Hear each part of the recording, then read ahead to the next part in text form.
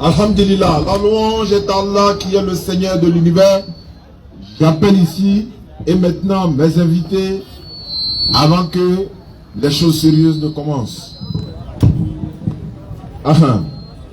Jeudi passé, on a eu des échanges avec les frères non musulmans, principalement des chrétiens. Et ça s'est bien passé, alhamdulillah. C'est pour ça qu'ils sont revenus. Si ça s'était mal passé, ils n'allaient pas venir. C'est pourquoi Allah nous donne des conseils dans le Coran par la sagesse et la bonne exhortation. Appelle les gens à l'islam. Appelle les gens au sanctuaire de ton Seigneur. Discute avec eux. Discute dont Allah parle ici. C'est pas discute vaine, c'est-à-dire échanger. Voilà, c'est l'échange. Sagesse et bonne exhortation. À vous l'honneur. Alhamdulillah, la louange est Allah qui est le Seigneur de l'univers.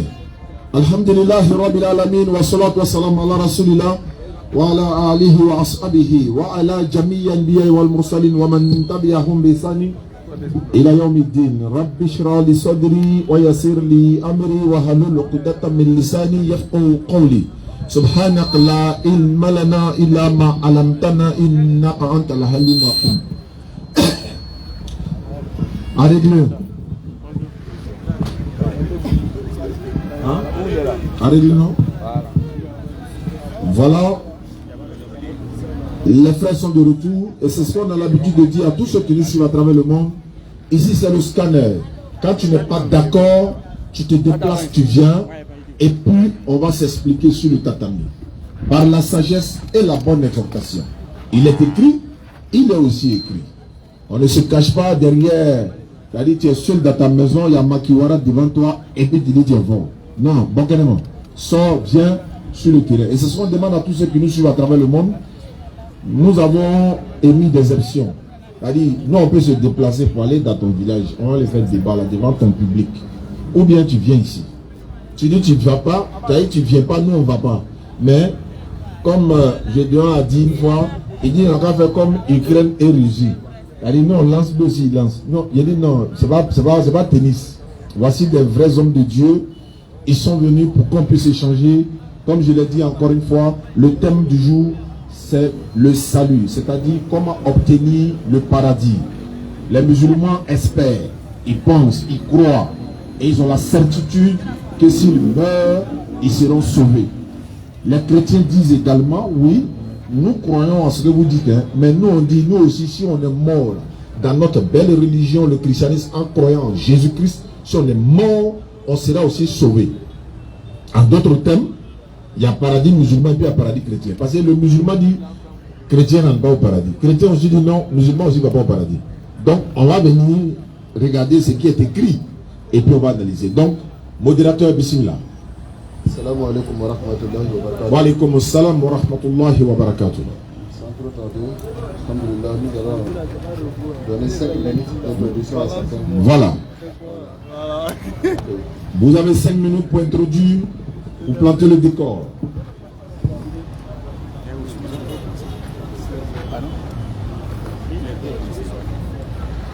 Bonsoir à tous ceux qui sont réunis ici.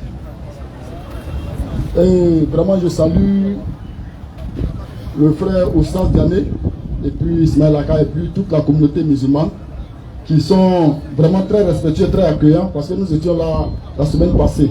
Et comme il a si bien dit, c'est parce que le débat s'est bien passé. Il n'y a pas eu de propos violents, il n'y a pas eu d'animosité. Ça cause de ça, nous sommes là encore aujourd'hui. Ça veut dire qu'on a été bien accueillis. Ok. Comme nous tous nous aimons Dieu, ça cause de ça, nous sommes là ce soir. Et il y a un débat qui s'est passé ce jeudi passé là. Vraiment, ça a été inachevé. C'était quoi? La question du salut. Le thème qui était plus précisément, ça veut dire laquelle des fois nous devons croire pour être sauvés. C'est-à-dire que quelle est la foi qui nous amène au salut au fait? Parce que il y a beaucoup de foi. Il y a des gens qui croient que Jésus-Christ est Dieu lui-même. Il y a des gens qui croient que Jésus-Christ fait des miracles. Il y a des gens qui croient que oui, c'est Allah qui est Dieu. Il y a des gens, en tout cas il y en a beaucoup, je ne peux pas tous les citer. Mais parmi tous ces foi-là, par moment, on est confus, on ne sait plus quelle est la foi même exactement qui nous sauve. Donc nous sommes venus pour échanger sur ce thème-là, pour que ça soit une fois plus clair dans l'esprit des gens, pour que chacun puisse choisir la foi qui lui sied. Parce qu'on ne peut pas obliger. On va donner des arguments. On va essayer de défendre la foi que nous croyons. Mais tous ceux qui sont là, chacun va se ressentir dans ce qu'il lui sied. Et c'est pour ça que nous sommes là. Et à cause de ça, moi aussi et mes frères, nous sommes venus aussi. Étant les ministres de Dieu, si tu dis que tu as la foi, tu crois, pourquoi ne pas venir et mettre cette vérité aux yeux du public pour que si quelqu'un à la recherche de la vérité puisse choisir, puisse t'écouter. Et c'est pour ça que nous sommes là ce soir.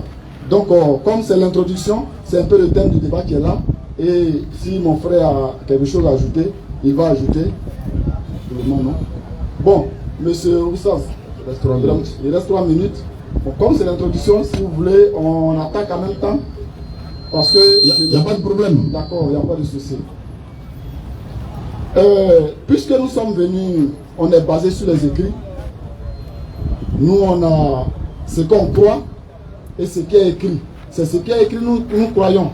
On ne vient pas imaginer des choses dans notre tête de la philosophie, non. On n'est pas venu pour ça. Donc, nous, on va prendre la Bible dans le livre d'Éphésiens. Oui, il n'y a pas de problème. Dans le livre d'Éphésiens, chapitre 2, le verset 8.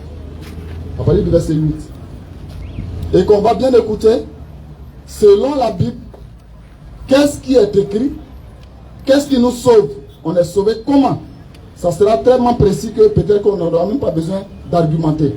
Éphésiens chapitre 2, verset 8. Éphésiens 2, 8. Car c'est par la grâce que vous êtes sauvés, par le moyen de la foi, et cela ne vient pas de vous. C'est le don de Dieu. Continue. Ce n'est point par les œuvres, afin que personne ne se glorifie. Amen. Car nous sommes son ouvrage, ayant été créés en Jésus-Christ pour de bonnes œuvres que Dieu a préparées d'avance afin que nous les pratiquions. Amen. La Bible est claire dessus. Et c'est par la grâce que vous êtes sauvés. Cette grâce se manifeste par le moyen de la foi. C'est-à-dire quoi? Dieu a fait grâce à l'homme. Comme l'autre fois on avait échangé, on avait parlé. Dieu a donné la loi et la foi. La loi est donnée pour un but très précis. La loi que Dieu a donnée, ne ment pas, ne vole pas, ne tue pas, ne cherche pas la femme de ton prochain. Cette loi-là a été donnée pour la vie en communauté. Cette loi a été donnée pour notre bien-être sur la terre ici. C'est-à-dire tout à l'heure, si je suis venu ici et que j'ai pris le portable de M. Sardiané, je viens de désobéir à la loi que Dieu a prescrite à Moïse pour le peuple. Et qu'est-ce qu'on me fait? Comme conséquence, il m'attrape et il m'envoie en prison ou bien on me frappe ici. Ça, c'est la loi. Et pour ne pas qu'on m'envoie en prison, Dieu dit ne vole pas, ne tue pas. C'est fini? Non, on a continué en même temps. On a attaqué. Ok. Dieu dit ne vole pas, ne tue pas. Parce que si tu tues ton ami, sur la terre, il y a déposé des commissariats, des gens de justice qui vont rendre justice, c'est-à-dire qui vont punir ton acte. Or, quand tu vas dormir en prison, tu ne seras pas heureux. Donc, sur la terre que je t'ai donnée pour ton bien-être, il ne faut pas faire ces choses-là. Ça, c'est la loi. Et c'est l'objectif, c'est pour ton bien-être toi-même sur la terre dont tu vis. On met ça de côté. Maintenant, en ce qui concerne le ciel maintenant, pour aller au ciel, si je te demande de respecter toute la loi pour aller au ciel, ça sera méchant de ma part. Parce qu'un être humain sur cette terre ne peut pas observer toute la loi. Donc pour le ciel, je décide de te faire grâce. Tu crois en ma grâce, tu es sauvé. Et c'est ça qui rejoint au verset qu'on a lu, qui dit, c'est par la grâce que vous êtes sauvés. par le moyen de la foi. Ça veut dire que Dieu a déposé une grâce. Tu crois, tu es sauvé. C'est comme aujourd'hui, je prends un exemple, à Figayo ici. Tu es assis chez toi à la maison, tu entends l'information que le président de la République a déposé des voitures ici. Et ces voitures, la une voiture coûte 10 millions, et puis va, déplace-toi, va prendre pour toi. Voici la grâce qui est donnée. Maintenant, à toi maintenant dans ta maison de croire et de te déplacer pour venir prendre ta voiture. Il ne t'a pas demandé de bien te comporter, non. Pour le comportement, ça n'a rien à voir avec ça. Il demande seulement, déplace-toi, si tu crois, viens, prends la voiture et tu t'en vas. Et on te dit ça, tu dis non, c'est faux, c'est trop grand pour être vrai. Tu es incrédule. C'est la même chose. Dieu aussi a fait grâce. Il dit, vous êtes sauvés. En réalité, j'ai annulé votre péché par le sacrifice de Jésus-Christ que j'ai fait. C'est une preuve. La preuve, vous voulez voir quelque chose comme preuve. Je vous montre une preuve qui est le sacrifice de Christ.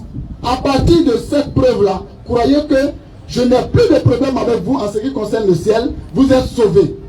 Donc, moi je m'appelle Roger. Je crois que Dieu n'est pas aussi méchant.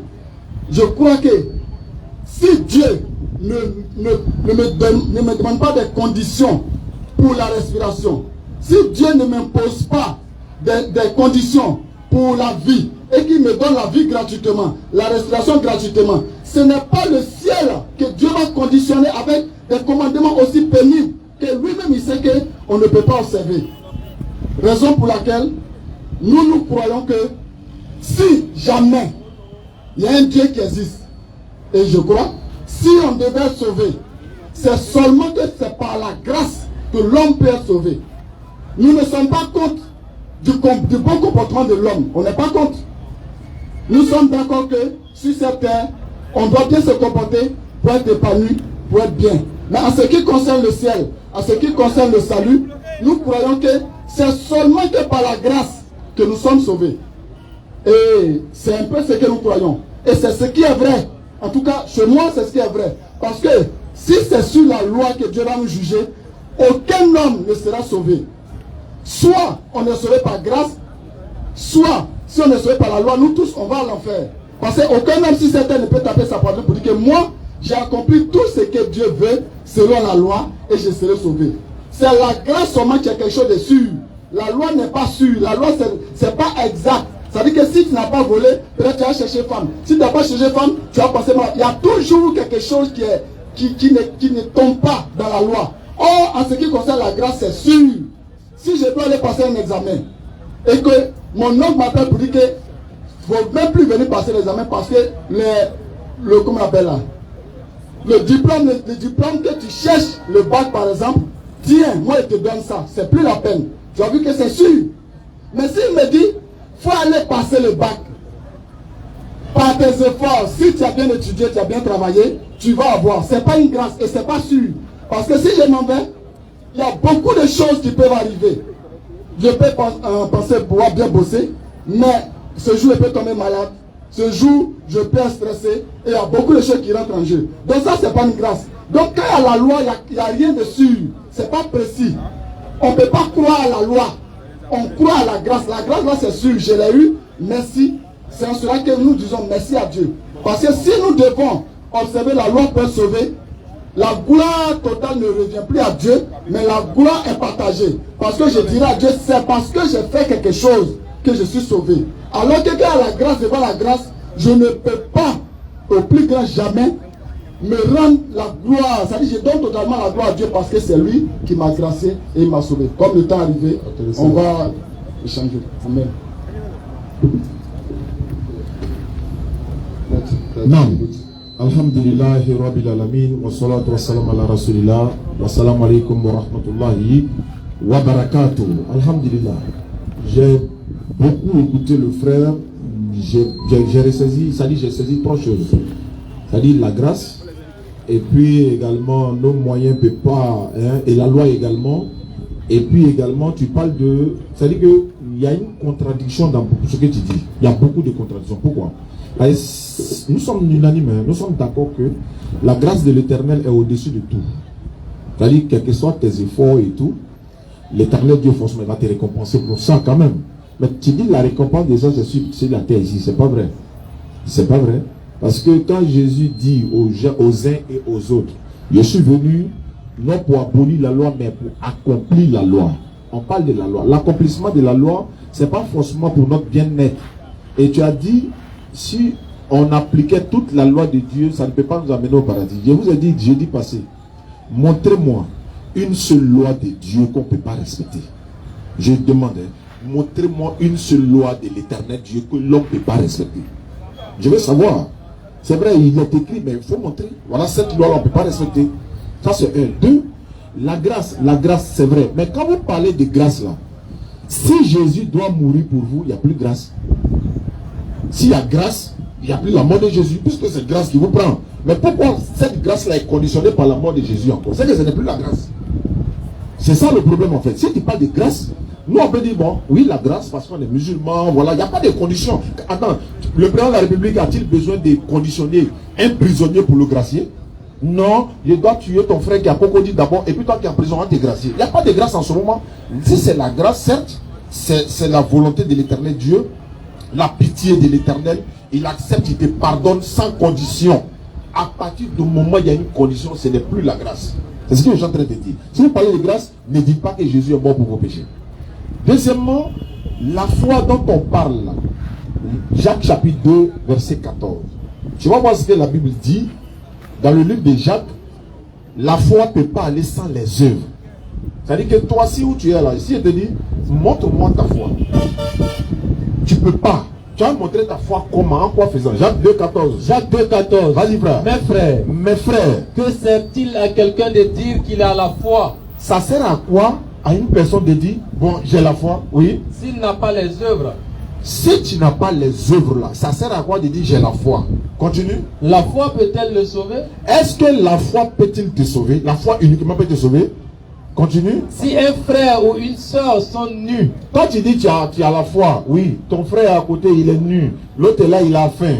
Et manque de nourriture de chaque jour. Oui. Et que l'un d'entre vous leur dise. Quelqu'un d'entre nous dise par exemple. Allez en paix. Allez-y en paix. Ça dit tu ne donnes pas à manger. Allez-y vous chauffer. Voilà. Débrouillez-vous. Et vous rassasiez. Oui, allez-y vous débrouillez. Voilà. Chauffez-vous, rassasiez-vous. Et que vous ne leur donnez pas ce qui est nécessaire au corps. Voilà, tu dois lui donner ce qui est nécessaire au corps. C'est-à-dire la nourriture qu'il a besoin là. Donne-lui. À quoi sert-il? À quoi sert-il? Continue. Et il en est ainsi de la foi. C'est la même chose pour la foi. Si elle n'a pas les œuvres. Si la foi n'a pas les œuvres. Elle est morte en elle-même. C'est fini. La suite est intéressante, mais on ne va pas aller jusque-là. Cette manière te dit, aujourd'hui, Allah dit dans le Coran, si Allah voulait s'en prendre aux gens pour les méfaits, il n'allait pas laisser un seul croyant sur la terre. C'est-à-dire, s'il veut regarder nos actions là, et puis pour dire, bon, toi tu es correct, tu es parfait, c'est fini. Il faut rentrer au paradis. Si ce n'est pas sa grâce, ce n'est pas possible.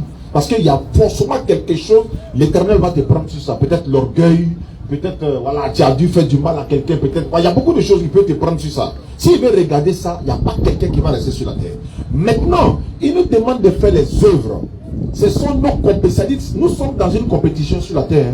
Chacun est en train d'œuvrer. Vous êtes en train de le faire, nous également. Allah il dit, rivalisez dans les bonnes œuvres. Nous avons créé la mort et la vie pour vous éprouver et pour pouvoir qui est meilleur en œuvre. On est en train de compétir pour obtenir quoi? Le salut. Mais quelqu'un dira, toi tu as la foi. Bon, toi tu as la foi. D'ailleurs, toi tu l'as dit, tu parles de foi. Toi tu as la foi, non? Et moi j'ai les œuvres. Bon, moi j'ai les œuvres. Montre-moi ta foi sans les œuvres. Je te demande maintenant, il faut me montrer ta foi sans les œuvres. Tu ne peux pas. Il faut l'accompagner par les œuvres. Et moi je te montrerai la foi par mes œuvres. Par mes œuvres. Il prend l'exemple de Rahab, la prostituée, etc., etc. Donc aujourd'hui, on est clair. Est-ce que le musulman peut être sauvé? Oui. En quoi faisant? Les 5 piliers de l'islam, c'est-à-dire que la connaissance d'Allah, la pratique de l'islam, l'obéissance à Allah. Après tout ça là, tu fais les bonnes œuvres. Les bonnes œuvres ne consistent pas seulement à payer une nourriture pour donner à quelqu'un. Ce que nous sommes en train de faire, ce sont des bonnes œuvres. Vous recevez, ce sont des bonnes œuvres. Venir, toi te dis là, si tu meurs dans ta position où tu es en train d'adorer un autre humain, tu es en train de faire ceci, cela, Allah est témoin, c'est une bonne œuvre. Je suis en train de partir quelque part. Il y a un frère qui a des problèmes, par exemple, je peux le prendre, le déposer quelque part. En tant que musulman, c'est-à-dire encourageons-nous dans les bonnes œuvres. Tout ça la rentre en ligne de compte. Mais ce n'est pas seulement encourager la mort d'un innocent. La partie là, on va toucher. En islam, ça n'existe pas. Tu n'as pas besoin de croire à la mort de quelqu'un pour que l'éternel Dieu te pardonne. Allah dit, ne vont-ils pas se repentir à Allah et puis implorer son pardon? Ça, c'est la croyance islamique, ça. Ils attendent quoi pour venir demander pardon d'Allah? Et puis Allah est pardonneur et miséricordieux. Ça veut dire que lui, il pardonne sans rançon. Il pardonne sans troc. Ça veut dire que sans contrepartie, en fait. Il te pardonne, mais toi, tu dois te repentir en venant vers lui sincèrement pour demander pardon. Après avoir cru en Allah, pratiquer l'islam. Maintenant, une personne peut faire les bonnes œuvres sur la terre. Il n'est pas musulman, il ne pratique pas l'islam, il fait des très bonnes œuvres. Il va prendre des gens, il va les employer pendant 100 ans, il va les payer bien, il va faire sacrifice aux orphelins, tout. S'il n'adore pas Allah, toutes ces bonnes œuvres-là, il aura le bien ici-bas et dans l'au-delà, ils sont perdants. Et c'est pas si vous comprenez un peu. Donc ça ne va pas sans l'autre. Le premier critère d'abord, on croit en Allah, on est musulman, et puis la suite maintenant vient par la suite. Parlons de Jésus. Vous nous enseignez dans vos églises. Jésus est mort pour nos péchés. Jésus est mort pour nos péchés. Si Jésus est mort pour vos péchés, Jésus doit dire, maman peut vous sauver, ou bien maman doit vous sauver. Tu as dit, la Bible dit, oui, la Bible a dit que Jésus est mort pour vos péchés, mais Jésus n'a jamais dit. C'est ça le problème. La Bible a dit que Jésus est mort pour vos péchés, mais Jésus, lui, n'a jamais dit, moi je suis mort pour vos péchés. Jeudi passé, on vous a dit, ils ont demandé à Jésus, on fait comment parler au paradis? Il a cité les critères, il n'a pas dit de croire en maman pour sauver. Mais c'est ce que vous enseignez à l'église. Et d'ailleurs, et ça c'est pas une conception de tous les chrétiens. Il y a des chrétiens qui croient même plus que Jésus est mort pour les péchés. Alors que la conception musulmane, elle est unanime. Il n'y a pas mort dedans, il n'y a pas sacrifice pour le paradis. Crois en Allah, tu es musulman, tu fais les bonnes œuvres. Bismillah, bonne arrivée. Yes. On avait 15 hein. Et ils ont fait 5, 10. Tu es sûr? Comme tu es sûr? Alhamdulillah. Alhamdulillah. Alhamdulillah. Je profite des 3 minutes restantes pour m'excuser du retard. Et puis dire assalamu alaikum wa rahmatullahi wa barakatuh. Wa alaikum assalam wa rahmatullahi. Voilà, donc je suis content de retrouver mes frères du jeudi passé. On nous espérait qu'aujourd'hui encore on va finir d'épingler ce sujet-là. Et puis peut-être on pourra passer à un autre si possible. Donc, merci beaucoup d'être passé. On espère que ce qu'on a dit le jeudi passé, vous avez pris note et que vous avez compris notre position pour ne pas qu'on revienne en arrière. Alors, on va vous redonner encore le restant des minutes. Et puis, le temps que la machine se mette en place, Inch'Allah, pour pouvoir encore aller plus loin. Merci beaucoup et à tout à l'heure. À tout à l'heure.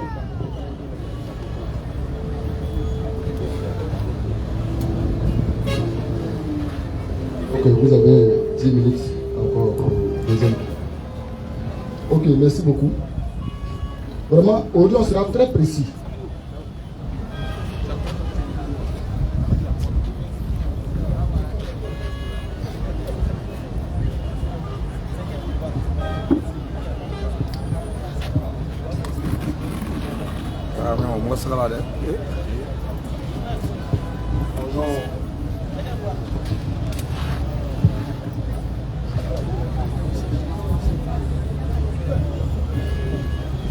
Ok, on sera très précis.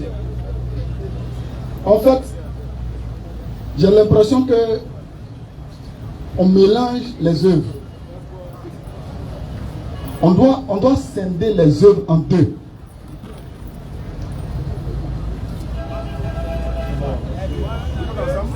Non.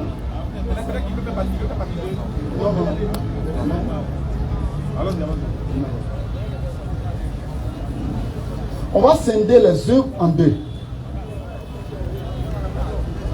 Dans Romains, chapitre 3, le verset 27. On prend à partir du verset 26 et que le frère va lire pour moi, pour nous. Romains 3, le verset 26 à 27. Voyons, soyez attentifs à ce verset.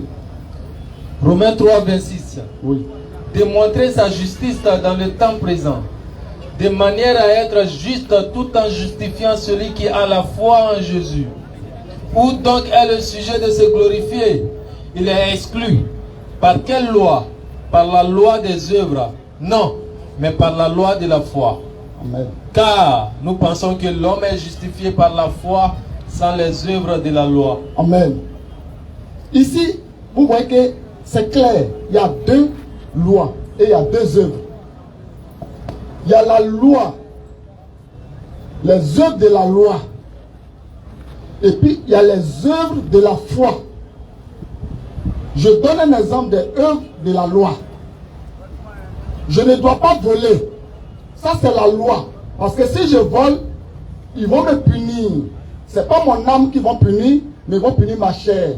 Donc ça, je viens de transgresser la loi. Je viens de poser une mauvaise œuvre de la loi.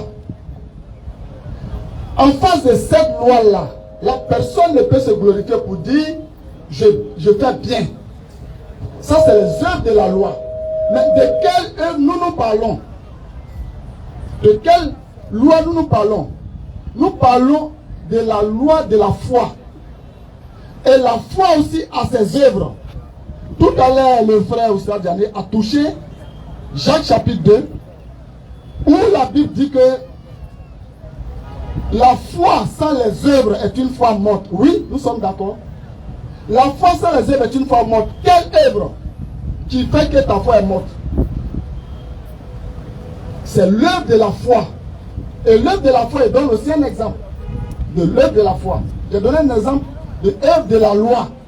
Je vais donner aussi un exemple de l'œuvre de la foi. Un exemple de l'œuvre de la foi, c'est que quoi? Ce soir, nous étions chez nous. Nous disons que nous croyons à la grâce que Christ nous a faite. La seule manière de démontrer cette foi, c'est de nous déplacer, venir devant ce public, tous stressants, venir parler, prêcher, affronter les questions, les humiliations. Ça, c'est une œuvre de la foi. Ça n'a rien à voir avec notre comportement. Parce que le frère Ismaël Aga qui est là, ne sait pas comment il me comporte. Mais ce qu'il voit ici, c'est que je suis en train de prêcher devant Christ. Ça, c'est l'œuvre de la foi. Donc, on va être très clair, très précis. Le passage que M. Oustad Diané a pris, nous sommes d'accord. La foi sans les œuvres est une foi morte. Mais quelle œuvre? C'est la foi sans les œuvres. Les œuvres de la foi. Si tu ne pratiques pas les œuvres de la foi, donc ta foi est morte.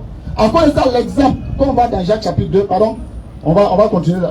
Jacques chapitre 2, le verset. Oui, où il parle de Rahab la prostituée. On va lire ça. Jacques 2 là. À la suite, où il s'est arrêté, on continue. Ouais, verset 20 par là.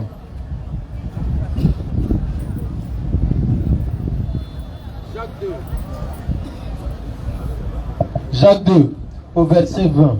Veux-tu savoir, ô homme vain, que la foi sans les œuvres est inutile? Amen. Abraham, notre père, ne fut-il pas justifié par les œuvres lorsqu'il offrit son fils Isaac sur l'autel? Stop d'abord.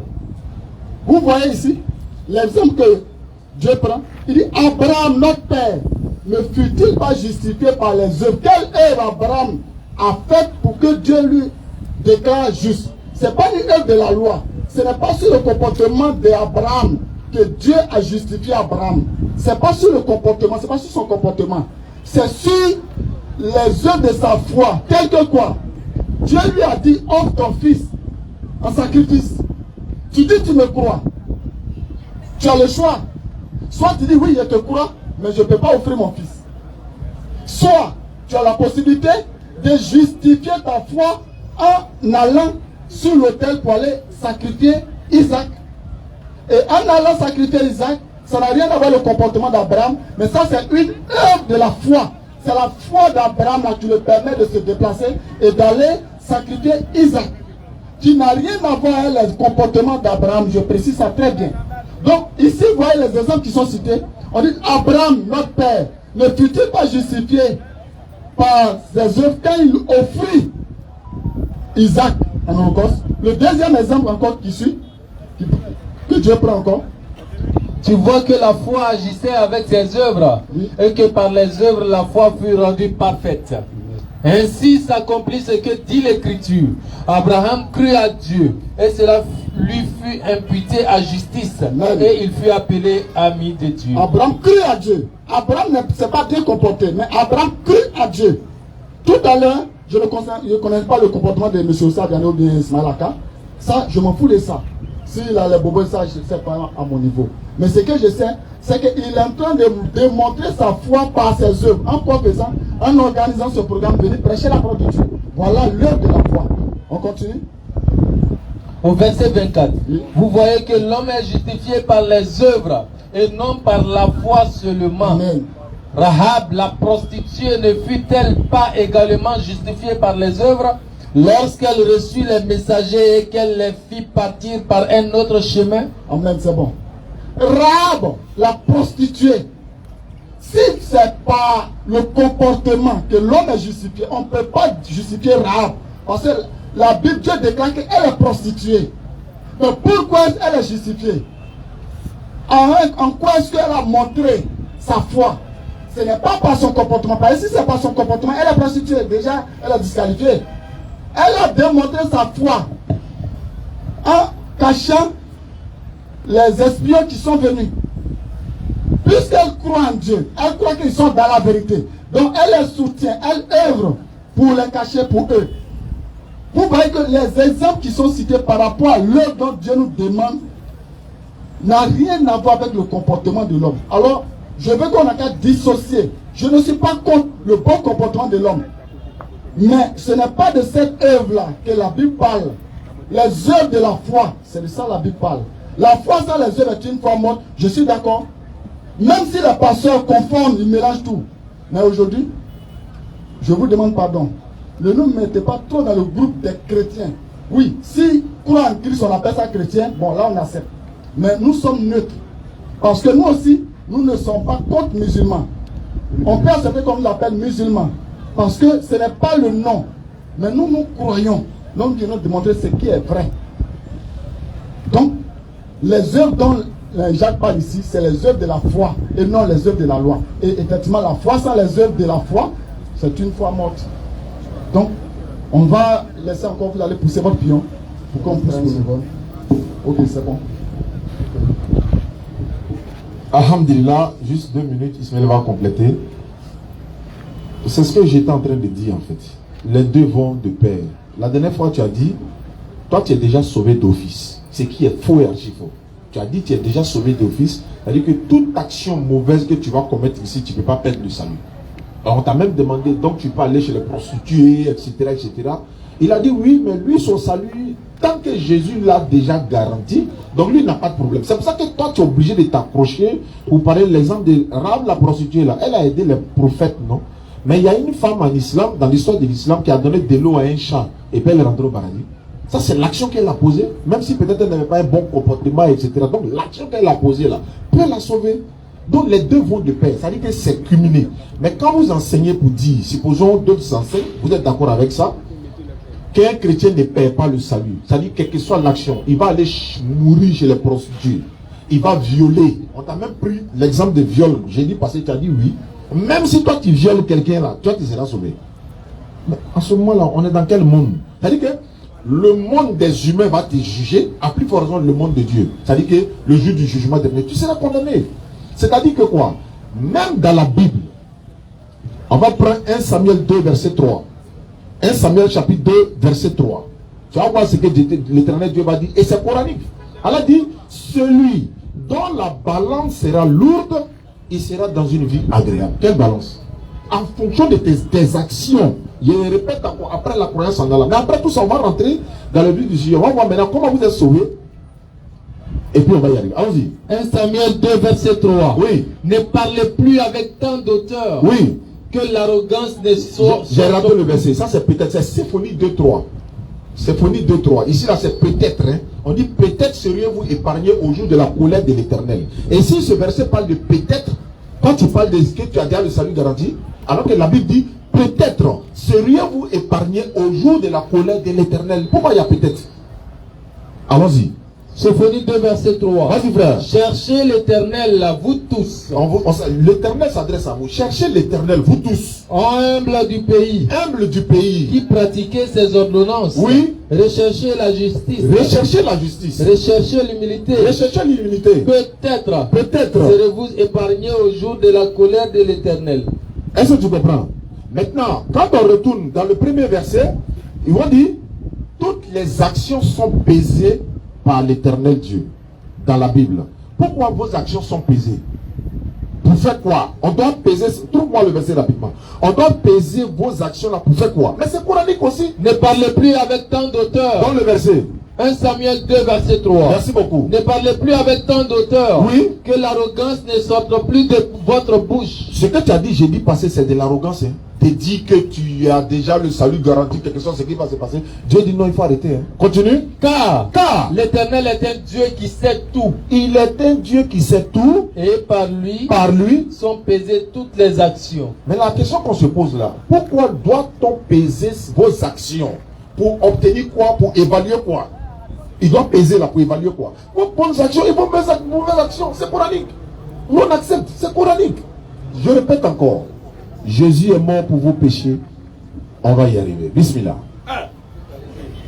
Allah mène. Attaque bi. Voilà, je me sens maintenant. Alhamdulillah Rabbil Alamin. Vraiment, merci les frères d'être passés encore une fois. Oui. Sauf que jusqu'à présent, on n'a pas encore réussi à vous cerner. À toucher le point. Le vrai point. C'est-à-dire que la chose est là, ça bat, mais on n'a pas encore touché depuis là. On tourne autour. Le problème, c'est que tu as dit quelque chose qui est important. C'est que, de toutes les manières, chaque action qu'on mène, qu'elle soit dans la foi ou dans la loi, c'est ces actions-là qui vont nous justifier au jour de la résurrection. De toute façon, l'action de la loi, le fait que tu sois venu ici par la foi et que tu aies pratiqué cette œuvre par la foi, c'est ce qui va témoigner pour toi en ta faveur au jour de la résurrection. Voilà. Donc ce qui veut dire que si tu n'étais pas venu, tu n'auras pas de récompense de la part de ton action que tu as posée avant. Donc l'action que tu poses aura une répercussion sur toi au jour de la résurrection. Claire. De toutes les façons, ça devient une œuvre. Œuvre de la loi, œuvre de la foi, égale œuvre. Parce que il y a récompense dedans. Il y a récompense dedans. Voilà. Bon, si c'était ailleurs, ça allait prendre, mais ici, ça ne prend pas. Donc, on va revenir maintenant dans ce que Jésus dit. Dans un cap, je vous ai donné un verset la dernière fois, Matthieu 25, à partir du verset 32. Vous n'avez pas... Souvent, quand on fait les débats là, c'est important de noter les versets que ton co-débatteur te donne. Arriver à la maison, essayer d'étudier le verset. Pourquoi il a donné?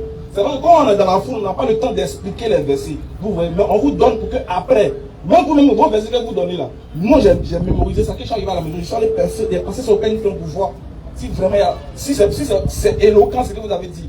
S'il y a la guidance dedans, ça pourra me guider. Mais j'ai compris que on vous a donné les versets, vous avez écouté, mais vous n'avez pas vérifié. Et comme on n'avait pas le temps d'expliquer, vous n'avez pas aussi compris le verset. Parce que si vous aviez compris les versets qu'on vous a donnés précédemment, je promets que vous n'allez pas revenir encore répéter les mêmes choses. Frère, tu n'es pas chrétien. Moi, je ne vais pas t'appeler chrétien. Mais est-ce que tu acceptes que je t'appelle la brebis du Seigneur, Jésus-Christ? On est d'accord? Tu es une brebis du Seigneur, Jésus. Qu'est-ce que Jésus dit de ces brebis? Jean 10. Jean 10, verset 14. Oui. Je connais mes brebis et elles me connaissent. Très bien. Donc, Jésus dit qu'il te connaît et que toi, tu le connais. N'est-ce pas? Puisque tu es sa brebis. Il dit, je connais mes brebis et elles me connaissent. Vas-y. Comme le Père me connaît et comme je connais le Père. Vas-y. Et je donne ma vie pour mes brebis. Je donne ma vie pour mes brebis. Vas-y. J'ai encore d'autres brebis qui ne sont pas de cette bergerie. Celles-là, il faut que je les amène. Vas-y. Elles entendront ma voix. Oui. Et il y aura un seul troupeau. Jésus a dit que les brebis entendent sa voix, elles le suivent. Et personne ne peut les ravir de la main de son Père. Et personne aussi ne peut les ravir de sa propre main.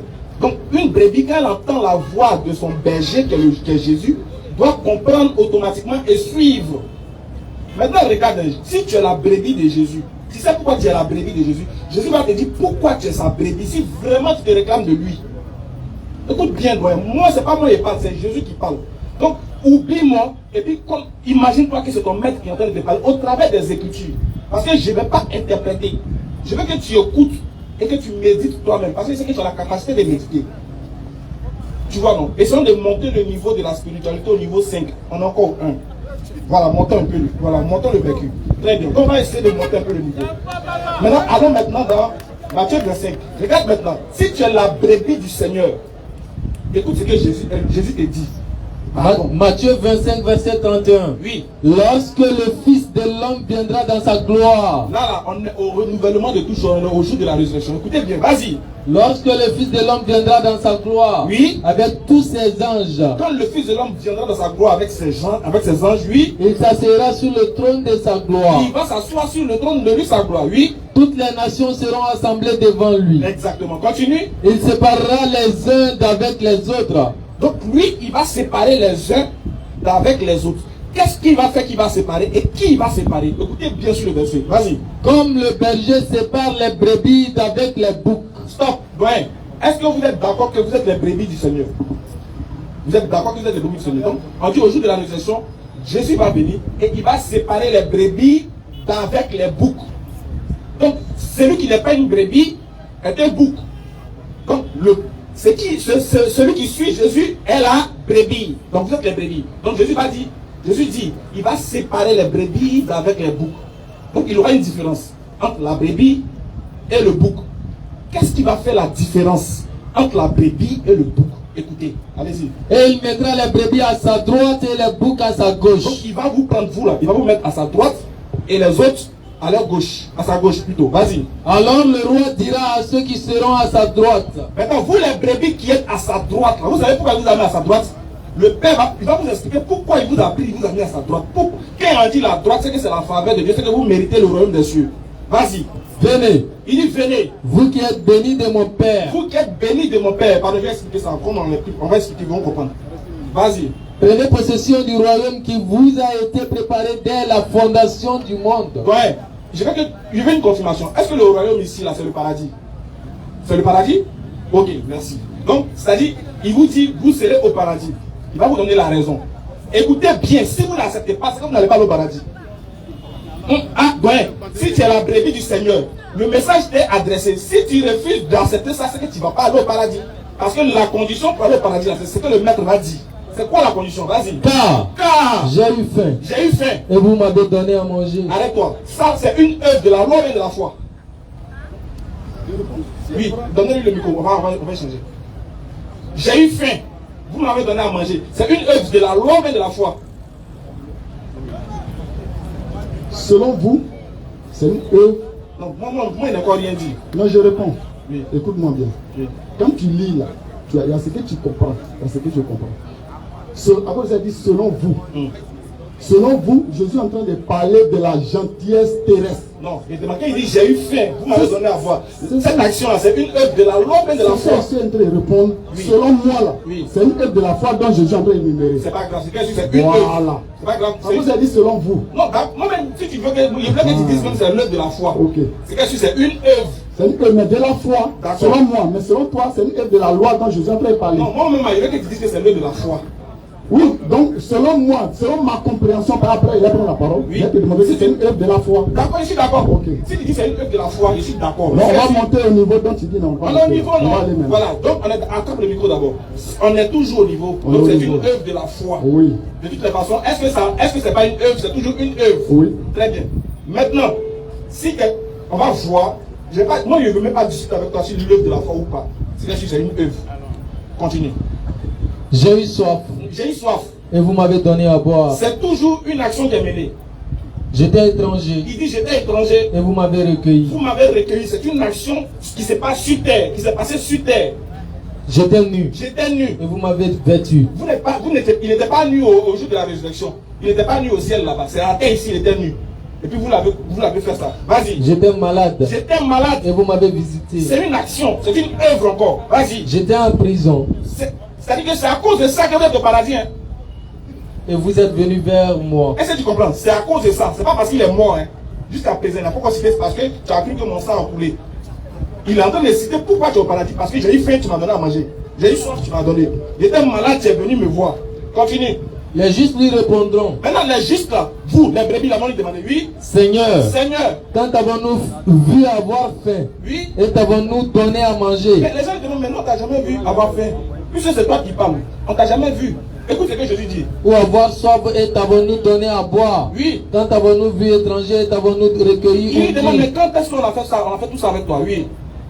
Et le roi leur répondra. Oui, il leur répondra. Je vous le dis en vérité. Je vous le dis en vérité, oui. Toutes les fois que vous avez fait ces choses à l'un de ces plus petits de mes frères. Il dit toutes les fois que vous avez fait for un. Vous avez fait. Donc il faut faire pour être récompensé. Tu ne fais pas, tu n'es pas récompensé. Maintenant, si toi tu veux le faire, il faut mettre ça dans la partie loi ou foi, ça c'est ton problème. Mais je te dis, il faut le faire. Donc si tu ne fais pas là, tu ne gagnes pas. Tu ne sèmes pas, tu ne récoltes pas. Quand toi tu es là, toi tu as fini de frapper à haut, tu dis Dieu va te donner le paradis. Tu as fini de gérer pour que tu as dit oui, Dieu va me donner le paradis. Mais tu as fait quoi pour avoir ça?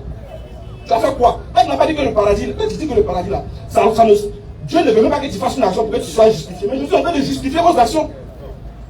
Jésus qui doit vous envoyer au paradis là, il justifie, il dit j'ai eu faim, vous m'avez donné.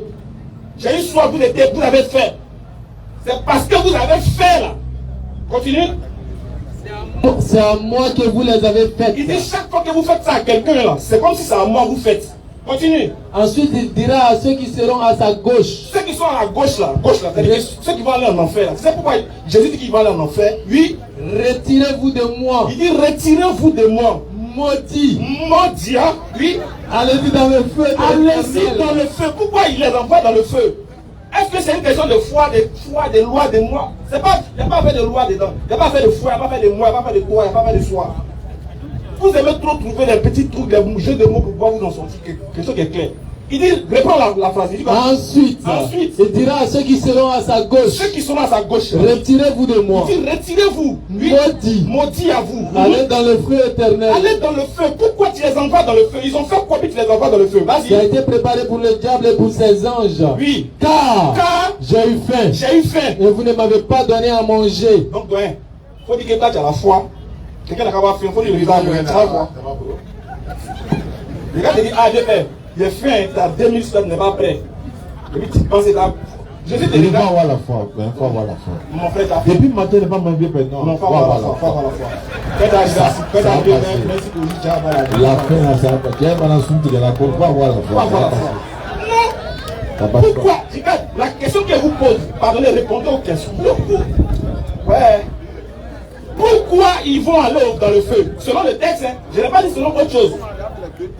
Voilà. Selon le texte là, pourquoi ils vont aller dans le feu éternel? Pourquoi? Pardon, il vous demande pardon.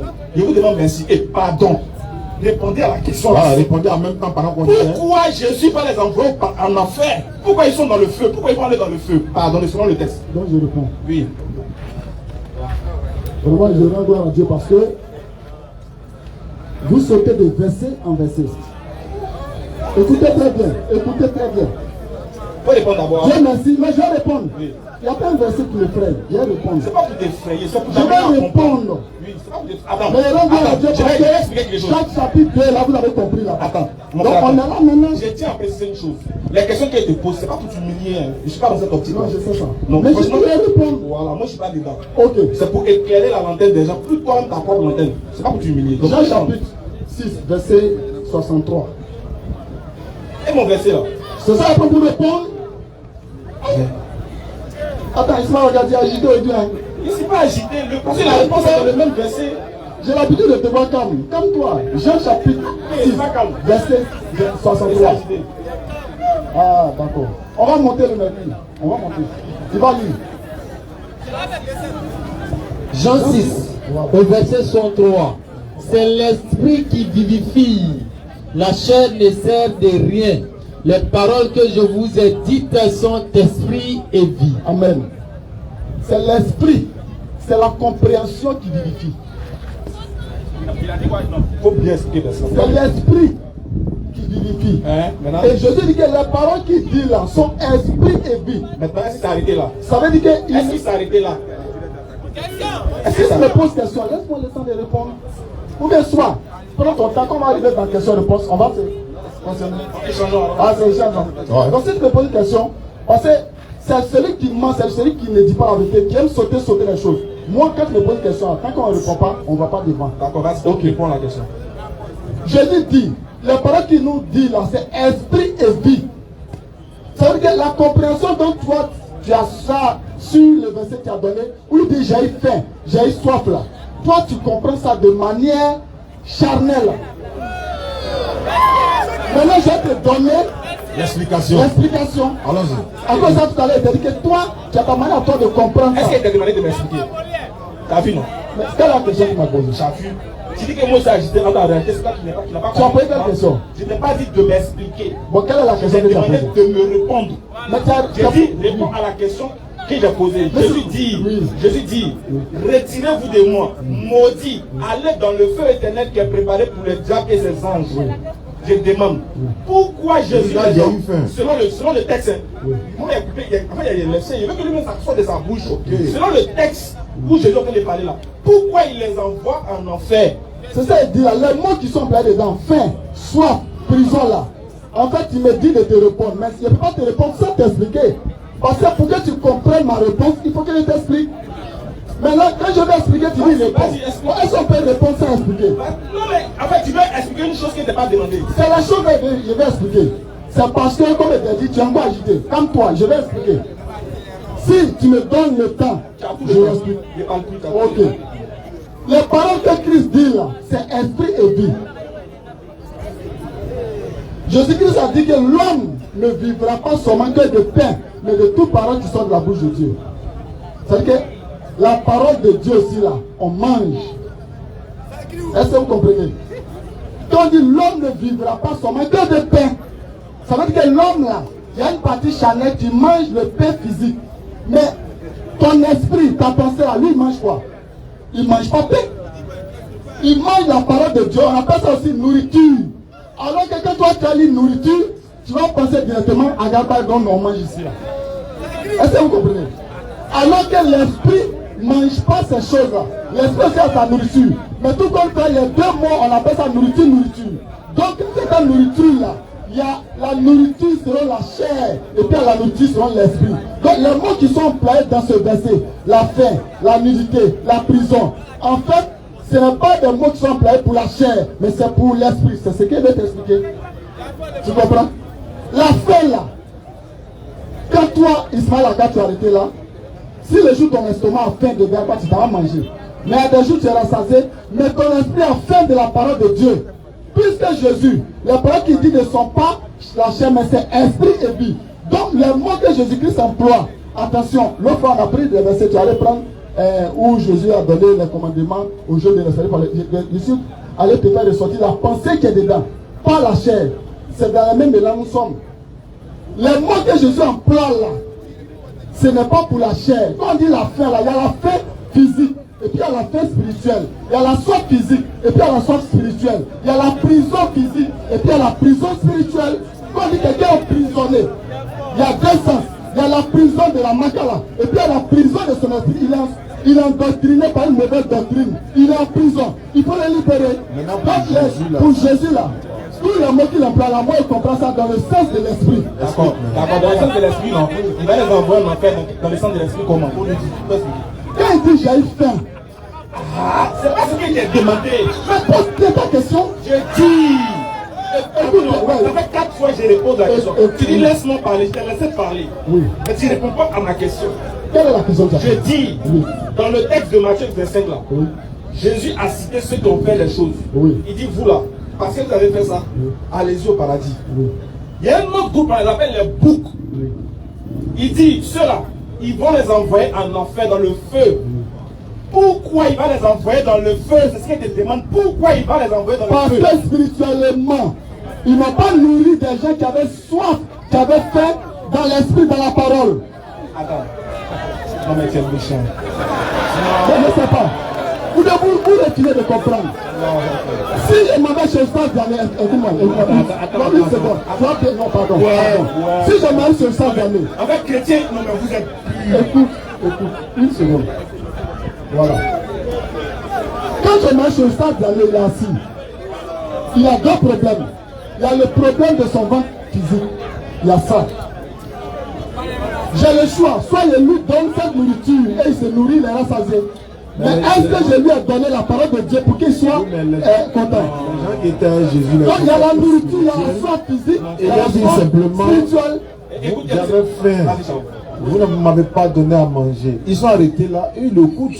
Et puis ils ont posé la question, ils ont dit, mais attends, À quel moment écoute, vas-y. Matthieu 25, 40. Et le roi leur répondra, je vous le dis en vérité, toutes les fois que vous avez fait ces choses à l'un de ces plus petits de mes frères, c'est à moi que vous les avez faites. Frère, ça c'est Donc, spirituel. ils sont allés parler spirituellement aux frères. En même temps, ça le rejoint là-bas spirituellement aussi. Si vous avez... Mais ça fait quoi? Pourquoi vous êtes... Ça fait quoi si vous reconnaissez? C'est que vous rendez la Bible vraie. Ça fait quoi? C'est qui a écrit? Je veux savoir pourquoi c'est dur pour vous de rendre ce qui est écrit là vrai. Demain, quand on dit que la Bible n'est pas la parole de Dieu, vous vous fâchez. Mais quelque chose qui est écrit, attends, mon frère, attends, toi aussi écoute. Toi aussi écoute. Quelque chose qui est déjà écrit simplement. Ne dis pas que toutes les écritures doivent être comprises littéralement. Je sais qu'il y a des versets. Ah non, c'est ce que j'avais dit. Hein. C'est pas ce que j'ai dit. Apparemment, c'est ce que j'avais dit. Comment ça apparemment? Quelque chose est clair sur Parce que moi, j'ai beaucoup d'habitude dans votre débat. Vous dites que le Coran là, c'est un livre qui est On est désorienté. On est connecté. On est Est-ce connecté. que ce verset-là n'est pas clair? Les frères, même s'il explique ça, quelqu'un qui n'a jamais lu la Bible. Clair dans quel sens? Écoute-moi. Écoute-moi. Regarde. Vous-même vous dites quoi? Le Coran là, c'est un livre qui est fait pour les gens doués d'intelligence. Je vous pose une dernière question. Ça veut dire que quand tu lis le Coran là, tu ne dois pas comprendre les choses comme on doit comprendre ça. Est-ce qu'on n'est pas d'accord? Pourquoi ça aussi tu n'es pas d'accord que tu ne dois pas comprendre ça de manière charnelle? On va décortiquer. Ce verset-là, ce chapitre-là, ça parle de l'enfer du paradis, non? On veut savoir quoi? Je veux savoir. Quand il répond, tu vas comme ça. Donc, Je veux savoir, est-ce que ça parle de il faut l'enfer? parler. Est-ce que ça parle de l'enfer et du paradis, le verset là? Non, réponds à toi-même. Je ne sais pas, il te demande. Non, mais quand je réponds, on n'arrive pas sur le Ça, on n'a pas réponds. Est-ce que le chapitre là, je suis en train de parler de l'enfer et du paradis? Selon toi, c'est quoi? C'est l'enfer ou c'est le paradis? Pas de toi. Non, mais donc tu me laisses répondre. Tu me laisses répondre. C'est le paradis. Alors, pour moi, selon moi, je ne suis pas du paradis et de l'enfer. Et toi? Ok, ça parle du paradis et de l'enfer. Très bien, on est d'accord sur ça. Voilà. C'est pas spirituel, hein? C'est ça, non? C'est pas spirituel. Je réponds. Oui, je te dis, moi je comprends ça de manière de l'esprit. Toi, c'est dans la chair. Je t'ai répondu. Quand tu as compris ça, Je t'ai répondu, en fait, tu ne me réponds pas les mêmes questions. Je t'ai dit, moi je comprends ça de la manière de l'esprit. Toi, c'est dans la chair. Je t'ai répondu. moi, j'ai pensé de la chair, toi, tu as pensé de l'esprit, non? Par rapport au verset. C'est que si nous deux, malgré que toi, tu étais de l'esprit, moi, j'étais de la chair, on est d'accord que ça parle du paradis et de l'enfer. Oui. Donc là, on est d'accord. Oui, là on est d'accord. La Et chair, c'est pas paradis spirituel, enfer spirituel. Hein? oui, c'est paradis. On n'a pas s'entendre aussi. On est d'accord, C'est non? paradis. Ok. Très bien. Maintenant, continue.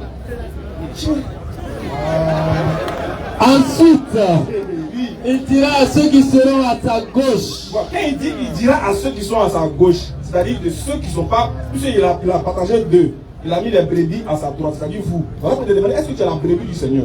Donc c'est vous. Donc, Toutes ces questions, vous pouvez me poser. oui, il J'ai déjà répondu. Donc, il y a un groupe à la droite. Tout seul on sait. J'ai Ah, il veut savoir si répondu. vraiment on sait. J'ai déjà répondu à tout. Je sais, mais je suis en train de réitérer quoi. Ok, après, Donc les brebis sont à la droite, ça veut dire qu'ils sont au paradis. Oui. Maintenant, il y a les boucs qui sont à la gauche, ça veut dire qu'ils vont en enfer. Oui. Maintenant, Jésus lui-même va expliquer pourquoi ils vont en enfer. Vas-y.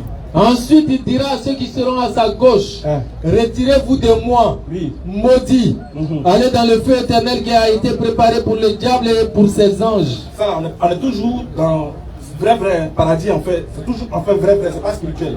Vas-y. Car j'ai eu faim Oui. et vous ne m'avez pas donné à manger. Voilà, c'est là maintenant le point. Il a eu faim.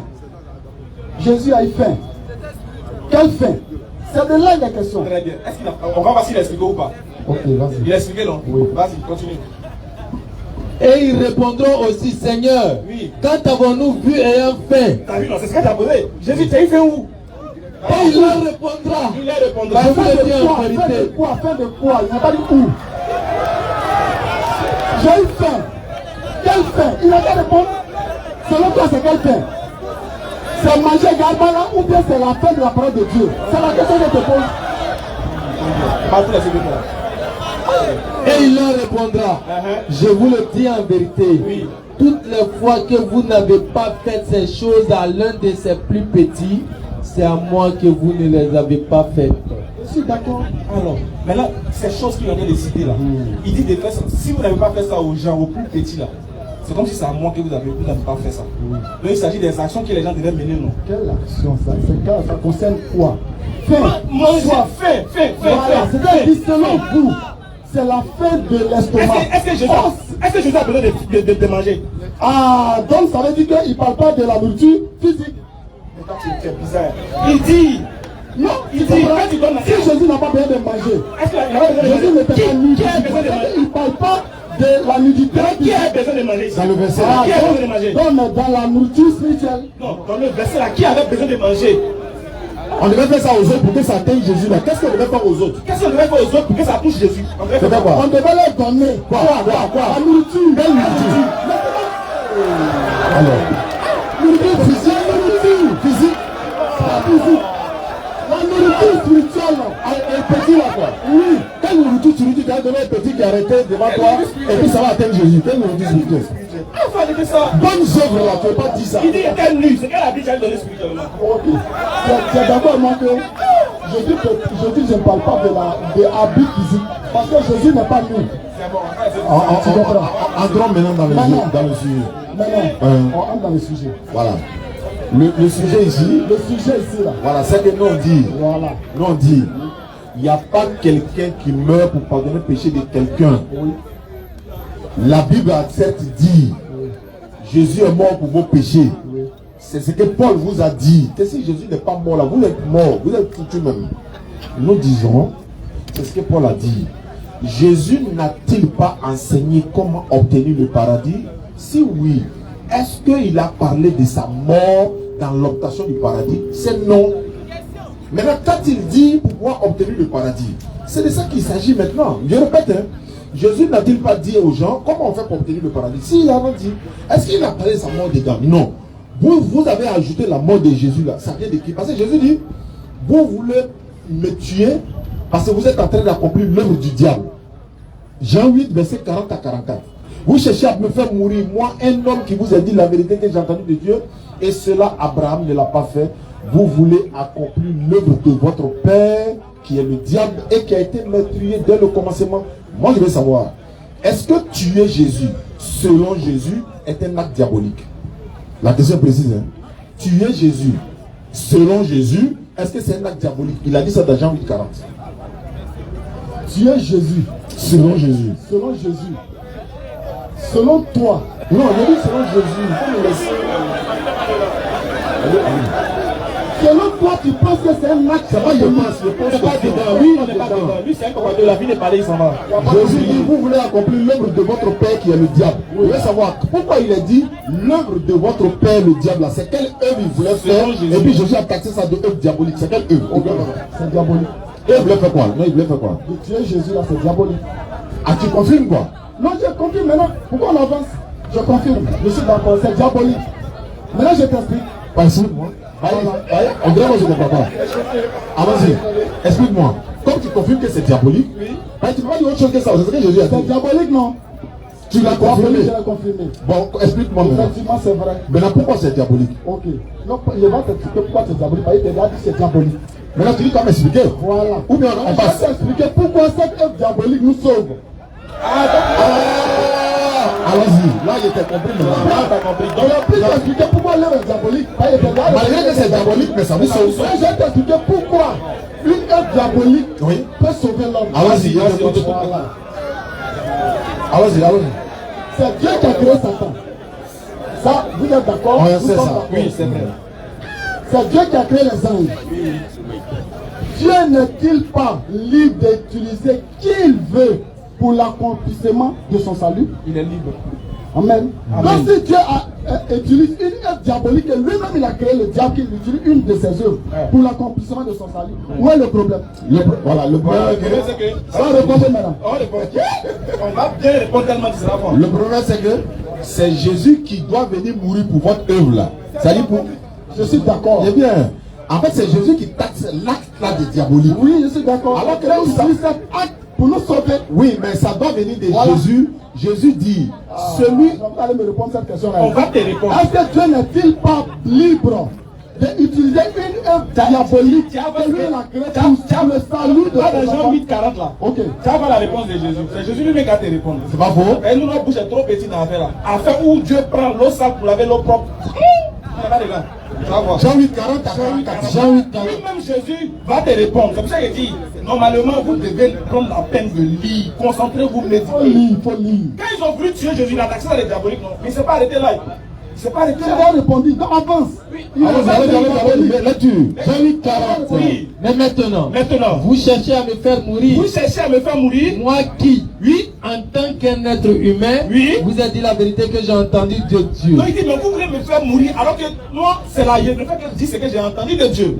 Cela, Oui. Abraham ne l'a point fait. Regardez, Jésus dit, cherchez à le faire mourir là. Abraham ne l'a pas fait. C'est-à-dire, c'était une œuvre divine, Abraham allait chercher à le faire. Chercher à tuer un innocent à la place du coupable. Abraham ne l'a pas fait.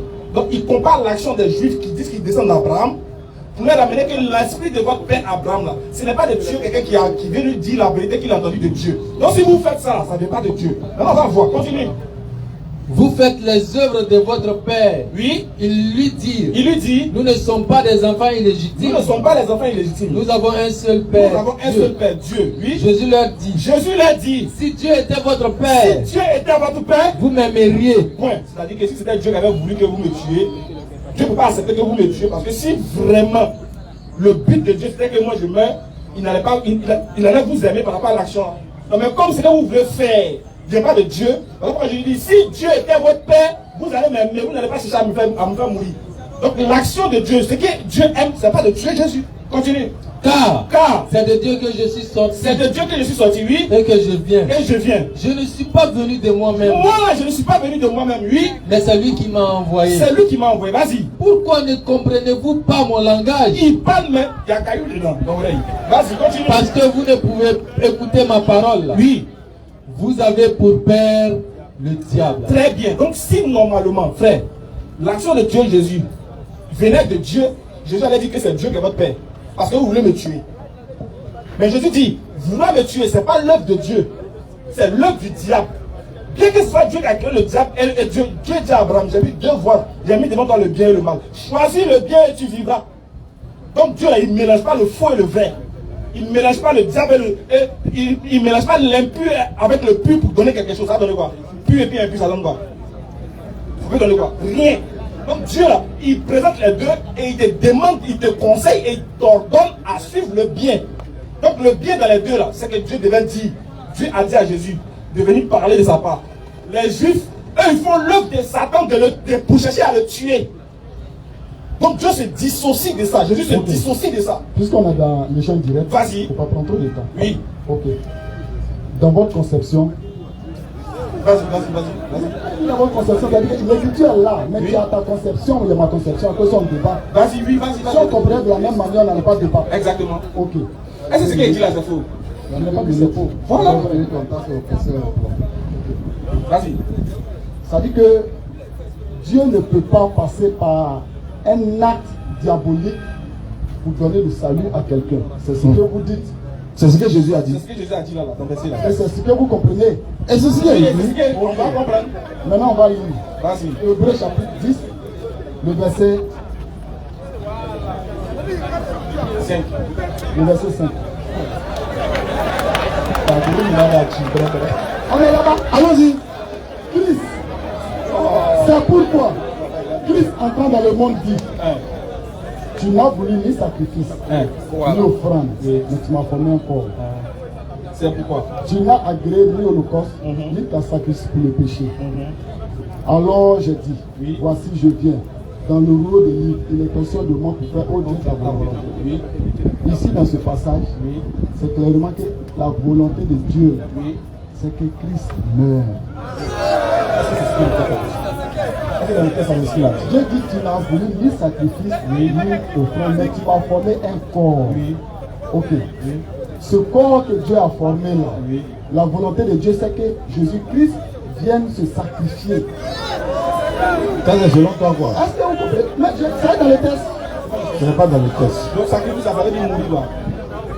Non, c'est sacrifice chaque jour.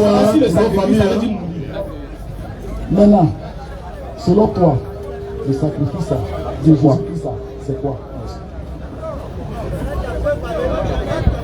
Non, c'est sacrifice tous les jours pour nos familles. Hein? Non, selon lui, le sacrifice de Jésus, là, dont la Bible parle, c'est quoi? Chacun sacrifice d'abord. Venir mourir. Jésus dit, je répondais, il n'y a pas de sacrifice. Selon vous, le sacrifice dont Jésus parle, on n'a pas parlé de sacrifice. Ça veut pas dire que se tuer. Moi, je vais demander c'est quoi?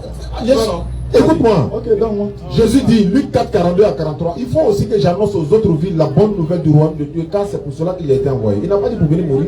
Il faut que j'annonce aux autres villes la bonne nouvelle du royaume de Dieu, car c'est pour cela que j'ai été envoyé. C'est vous, chrétiens, qui aviez dit que Jésus est venu mourir pour vos péchés. Cherchez le verset. Sacrifice, là, selon la Bible, c'est quoi il est parlé? Je répète encore. Il dit, est-ce que Jésus a dit qu'il est venu mourir pour vos péchés? Il n'a pas dit ça. Je vous ai lancé défi Jésus parce que vous ne pouvez pas relever. Hein? Est-ce que Jésus a dit, voilà, est-ce que Jésus a dit, je suis venu mourir pour vos péchés, ou bien ma mort vous sauve? Luc 23, 34, Jésus dit, Père, pardonne-leur, car ils ne savent pas ce qu'ils font. Rien, frère. Il y a pardon lorsqu'il y a un mal. Mais on ne demande pas pardon de Dieu lorsque quelqu'un fait un bien. Il dit, Père, pardonne-leur, car ils ne savent pas ce qu'ils font. Jésus aurait dû dire, Père, bénis-les, car en me tuant, ils auront la vie éternelle. Question-réponse. Il n'a pas encore répondu à ma question. Il va poser la question. C'est quelle question il n'a pas encore répondu? Selon la Bible, le sacrifice dont Jésus parle, vous avez dit c'est pas sacrifice. Oui, il a le sacrifice dont Jésus parle de la Bible, c'est quel sacrifice? T'inquiète. Tu vas répondre ça. Il me menace. Bismillah, vas-y. Bien. J'ai une question. Salam alaikum à tous. J'ai une question à poser aux frères chrétiens et aux frères musulmans en même temps. Le thème, comme c'est sur la loi, est-ce que la loi de Dieu sauve ou pas? Moi, je ne vais pas toucher les œuvres. Je vais aller sur la loi directement. Mais on va définir la loi. La loi se définit par un ensemble de règles ou de normes établies par une autorité compétente destinée à régir le comportement d'un certain nombre de personnes qui composent une société. Maintenant, elle est faite pour assurer la justice et défendre les droits et les libertés des citoyens. Donc Dieu a établi la loi pour équilibrer la société des humains. Ok. Si telle est la définition de la loi, pratiquer la justice, c'est observer la loi. Jésus, maintenant, dans Matthieu chapitre 5, à partir du verset 20 à 22, il dit à ses disciples, si votre justice ne surpasse pas celle des scribes et des pharisiens, vous n'entrerez pas dans le royaume des cieux. Alors si la pratique de la justice est l'observation de la loi, est-ce que Jésus est en train de dire ici à ses disciples que s'ils ne pratiquent pas la loi plus que les scribes et les pharisiens, ils ne rentreront pas au paradis? Apprenez la question rapidement. C'est Matthieu 5, verset 20. 3 minutes. Vous avez 3 minutes pour répondre. Alors rapidement. Ça là, on a déjà répondu. Je vais répéter. Ouais, il faut répéter, on n'a pas compris. On n'a pas compris. Selon la Bible, selon le chrétien, l'homme n'est pas juste par la loi. La justice dont nous parlons, là, ça vient de la foi. C'est dans ce sens qu'on est juste. Lui, il est en train de parler de la justice de la loi. Il ne sait pas de quelle justice il parle. Il dit votre justice ne surpasse pas celle des scribes et des pharisiens. Voilà. Comment être juste que les scribes et les pharisiens? C'est dans la foi ou dans les œuvres? Okay. Selon les pharisiens, là, ils veulent obtenir la justice de Dieu par leur comportement. Or, Jésus et toi, on sait que l'homme ne peut jamais accomplir tous les 10 commandements de Dieu, toute la loi, pour être juste devant Dieu. Il dit donne un seul. Quand on pose la question, on répond, vous ne laissez pas le temps. J'ai 3 minutes. Allons-y. Donc, selon toi, tu as pas que le vieux même ce que je dis. Pardon. On parle de si votre justice ne surpasse pas celle des scribes et des pharisiens. Voilà. Selon les pharisiens, ils veulent obtenir la justice de Dieu par leurs œuvres, les comportements qu'ils font. Or, Jésus a fait leur dire que cette justice-là, si vous maintenez cette justice-là, ça ne peut pas donner le royaume de Dieu à quelqu'un. Il faut que vous ayez une justice, mais cette justice doit venir de la foi en Dieu, en Jésus-Christ. Et c'est cette justice-là qui peut surpasser la justice des pharisiens. Parce que les pharisiens déjà se comportent bien. Ils respectaient la loi à la lettre. quelle justice qui a venu surpasser pour eux? C'est seulement la justice de la foi. Et c'est de cette justice que nous parlons. Or lui, il est encore dans la justice de la loi. Nous, notre justice, ça vient de la justice de la foi. Ça surpasse les pharisiens. Ah, la justice de la foi, là, c'est quoi? Ah, Ça, c'est la français. question. Ouais, c'est quoi, Selon la Bible, quand tu crois en ce que Dieu appelle le don aux gens pour sauver l'homme gratuitement, là, quand tu crois en ça, la Bible dit que tu es juste devant lui. Mais quand tu crois que Dieu a donné son fils pour mourir, là, Oui. il devient juste. Voilà. Mais quand il devient juste, là, tu fais rien sur la terre pour Est-ce nous. que tu es d'accord? Je suis d'accord.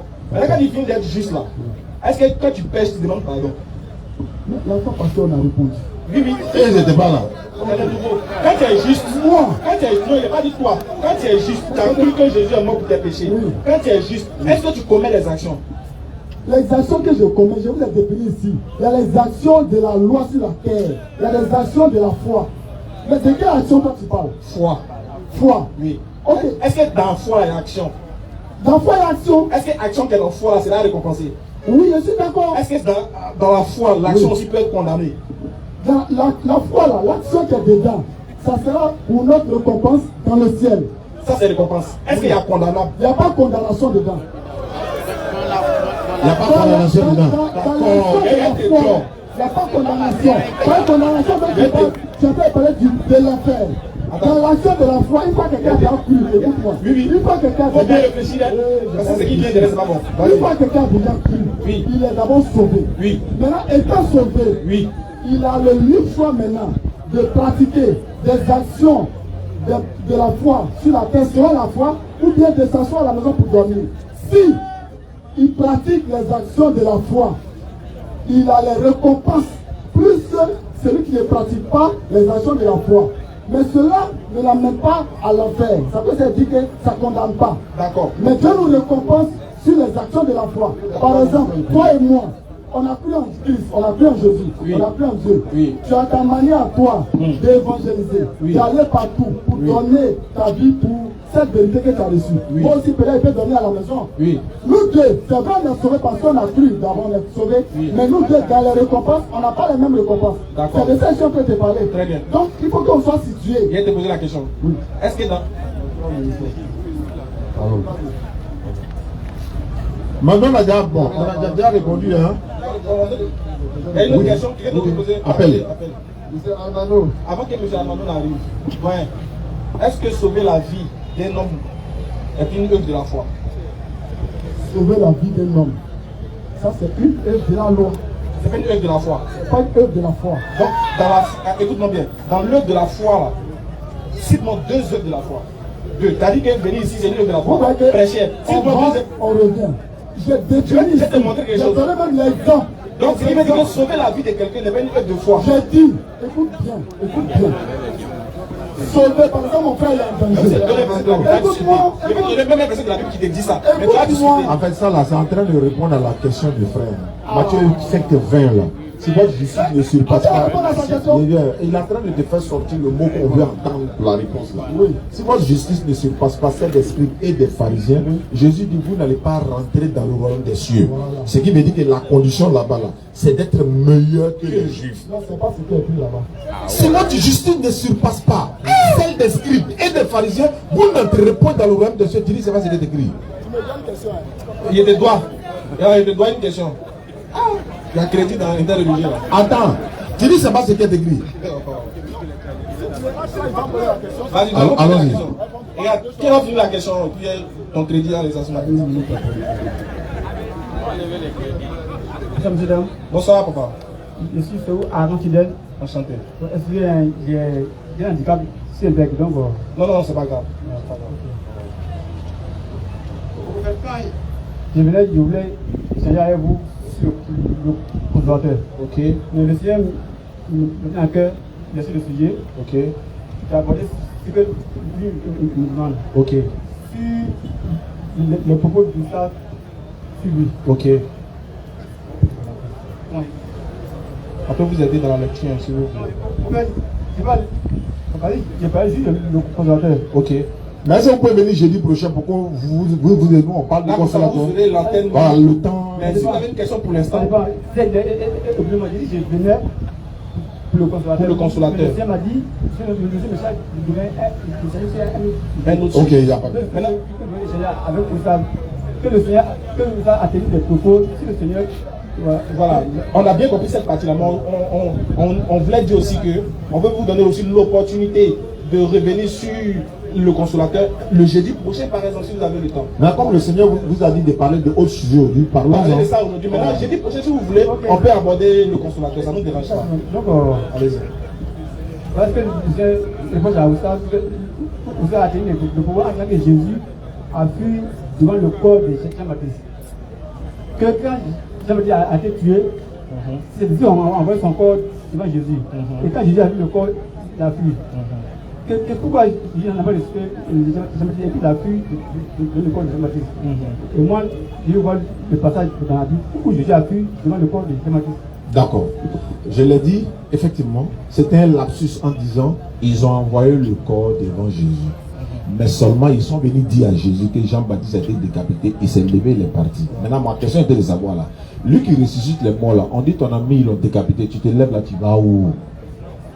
Je vous retourne la question. Non. Ça non.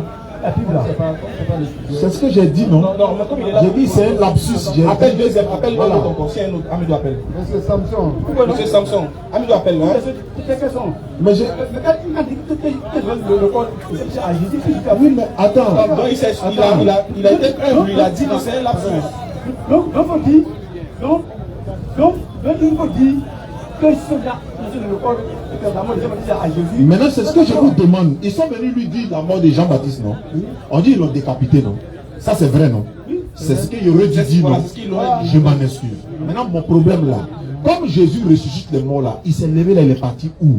Après avoir entendu qu'ils ont décapité Jean-Baptiste. Il est parti où? Après, ce que Oussas voulait dire dans la vidéo, merci. C'est vrai, il voulait dire que après vu que Jésus ressuscite les gens, moi ça m'étonne. Après ils avaient entendu que Jean-Baptiste, son frère, son ami, ou du moins son, je sais pas quoi, a été décapité, et que le disciple vient lui informer, il prend la fuite. Oh, normalement, il doit opérer le bilan. Maintenant, dans son propos, il a dit... Non, j'ai envoyé le corps devant lui. Il s'est trompé, il s'excuse. Maintenant, vous devez répondre à la question. Ça, c'est un détail. Nous, on veut maintenant le... Parce que nous, on vous connaissez que vous, là, c'est les petits détails qui sont... Là, quand il dit le, au lieu de là, il a dit si je dis présent, non, il a dit puis, oh, il a dit tort. C'est des détails là. Ça, c'est des détails. Est-ce que dans le fond, pourquoi il ne ressuscite pas Jean-Baptiste, sachant... Voilà mon esprit. Voilà, c'est ce qu'il a dit. Faut laisser vous êtes là, on s'est excusé pour nous. On est humble, on reconnaît nos torts. Maintenant, le fond là, pourquoi il ne ressuscite pas Jean-Baptiste? Pourquoi il guérit quand on veut lui dire que ton frère était décapité? Voilà. Pourquoi il fuit? S'il n'a pas pété lui-même, on le tue. Pourquoi il fuit? Ah mais c'est toi qui as venu avec le passage là. Donc jeudi prochain tu viens, on va décortiquer ce passage dans sa paille. Vous ne pouvez pas répondre à la question. Pourquoi Jésus s'est levé, il est parti? Attends, vous savez que le verset existe, non? Il s'est levé, il est parti, non? La question est de savoir pourquoi il est parti. Non, pourquoi il est parti? C'est pas une fuite, mais il est parti. Pourquoi? On a compris. On veut vous donner bien le temps de vous exprimer, comme il y avait déjà des frères. Voilà. Il y a des frères qui sont. Ça va. Non, c'est eux qui sont. On veut vous donner. En fait, on veut vous donner. On veut vous mettre à l'honneur aussi un jour spécial. Là où c'est vous seulement qui parlez avec des gens, vous pouvez venir avec des gens. Jeudi prochain, parce qu'ils ont pris le rendez-vous avant de venir. C'est leur dernier tour aujourd'hui. Donc vous confirmez? Il va vous. Quelqu'un va prendre votre numéro. Il va coordonner avec vous. Vous confirmez le jeudi prochain? Touré. Ok, d'accord. Ok, vous aurez le temps, Inch'Allah. Eh bien, t'as besoin de lunettes de soleil. Il n'y a plus de soleil. Chapeau. Bonne arrivée. Question-réponse, alors rapidement. Si, ouais, ça tire à balle rien ici. Ouais, tu es prêt pour moi. Vas-y. J'ai une question pour les deux camps. Oui. Pour les musulmans et les chrétiens. Faut parler fort, quoi. Allons-y. Bon, nous là, nous qui sommes là, nous qui sommes là. On n'entend pas. Hein. Nous tous, voilà. Nous sommes en train d'assister à votre panel actuellement. Oui. Qu'est-ce qu'on doit retenir de ce que vous faites? Parce que quelque part dans la Bible, dans les 10 commandements, il est écrit, je ne sais pas si c'est le cas, s'il y a les 10 commandements aussi dans le Coran, il est écrit qu'on n'utilisera pas le nom de l'Éternel notre Dieu en vain. Voilà, en vain ou blasphémer pour s'amuser. Mais vous êtes en train de débattre actuellement. Donc, qu'est-ce qu'on doit retenir? C'est qu'on doit retenir de tout ça. C'est quoi? Merci beaucoup, frère. Tu sais, la première des choses qu'on doit retenir, c'est que grâce à nous, tu es venu poser des questions. Ça, c'est la première des choses. C'est que grâce à nous, au moins, tu as eu le temps. Parce que là, tu sais que le temps, c'est de l'argent. Si tu t'es arrêté, tu as attendu, tu as analysé, que tu es venu poser une question, c'est que ce qu'on fait là, quelque part, est important. Si ce n'était pas important, alors tu es déjà parti. Donc, le premier point, ce qu'on doit retenir, c'est que grâce à nous, on a l'opportunité de faire comprendre les Écritures à certaines personnes de manière simple, où on ouvre le panel, où on ouvre l'échange à toute personne, sans agressivité, sans violence, sans vulgarité. D'accord. Donc on voulait montrer que l'échange entre les chrétiens et les musulmans, si sur des points de divergence est possible, sans qu'il y ait l'animosité et la haine. Premier point.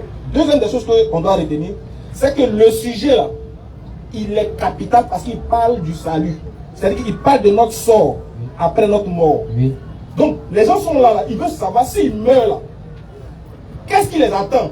Et où iront-ils après leur mort? Comme les livres se sont déjà là, on est né pour venir trouver.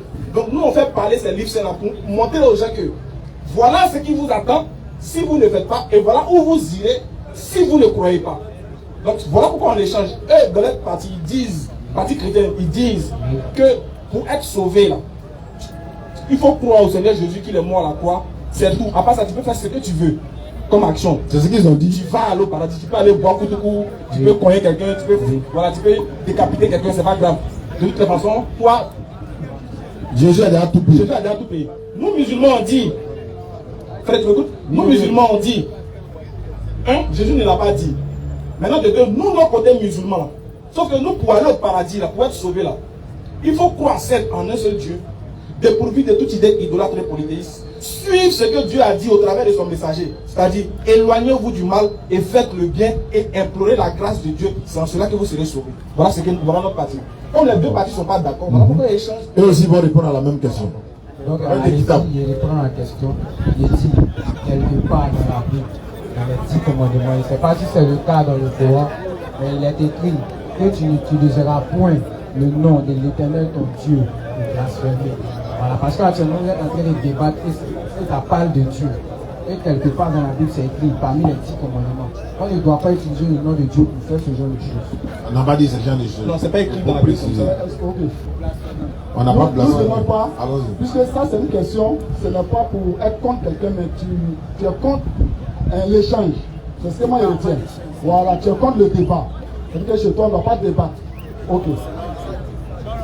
Jésus-Christ même. Voilà, attendez, il va répondre. Écoutez-le, il répond, frère. Jésus-Christ même partait dans les synagogues, partait devant les gens pour déposer la vérité qu'on lui a dit pour venir nous dire.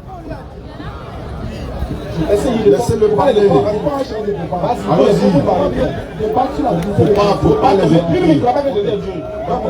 ne crois pas ça dans les. Donc, Jésus-Christ lui-même, il partait débattre, il partait échanger. Tout cela, c'est pour quoi? C'est pour que les gens, que ce que Jésus dit, il se retrouve dedans, puisse être sauvé. Donc, les échanges ne finiront jamais. Les débats ne finiront jamais. L'essentiel qu'on a fait débat, il y a ce qu'il dit, il y a ce qu'on dit. Chacun retient ce qu'il peut retenir dans un des deux cas. Les deux cas, c'est tout. Monsieur Ousmane a demandé.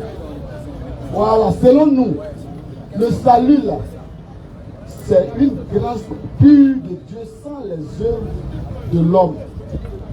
C'est-à-dire que Dieu, par sa miséricorde, le salut, Ousmane a demandé pour sa question. le salut, c'est par la grâce de Dieu, pas par nos comportements. Nos comportements là, c'est pour notre bien-être sur la terre. Nous, on n'est pas en train de dire de mal se comporter. On est d'accord que l'homme doit se comporter. Mais en quoi est-ce que, pourquoi l'homme doit se bien comporter? L'homme doit bien se comporter pour pouvoir être heureux sur la terre, pour pouvoir éviter les conséquences sur la terre. Mais en ce qui concerne le salut, il n'y a pas la main de l'homme dedans. Il n'y a pas l'œuvre de l'homme dedans. C'est seulement la grâce de Dieu et on croit qu'on est sauvé. Okay. Et nous croyons que c'est là il y a l'assurance. Parce que là, au moins, c'est sûr. Ok, merci. Merci. C'est bon, mon frère. Merci beaucoup. Ok. Wa alaikum salam. Question. Voilà, je vais poser 3 questions. Non, 2. Non, une question. Une question. Alors rapidement. D'accord. Avant de dire même que le Coran c'est la parole de Dieu, comment vous avez su que Dieu c'est quelque chose qui parle? Parce que moi, je vois des arbres, des maisons qui ne parlent pas, le vent ne parle pas. Comment vous avez su? Il a raison. Benny Haminako. Tiens, c'est nouveau là. Non, moi je serai de temps. Allons-y, il faut parler. Mets-toi à l'aise. Ça c'est ça, c'est la première question, c'est que les deux autres là, on imagine. Donc pourquoi Dieu parle alors que les arbres ne parlent pas, les humains? Dieu parle. Comment vous avez su que c'est quelque chose qui parle? Parce que moi, je dois me permettre de dire que Dieu c'est quelque chose qui on n'entend pas ce qu'il dit. Allons-y. Comment t'appelles Ousmane quoi? Ousmane Sangaré. C'est nouveau? Non. C'est un peu. Ah, c'est un peu. Allons-y. Comment? Ok, vas-y. Voilà, j'aimerais que vous m'expliquiez comment vous avez su que Dieu c'est quelque chose qui parle avant de dire que sa parole c'est le Bon. Comment? C'est pas quelque chose. Allah parle, il parle sans bouche. Il entend sans oreille.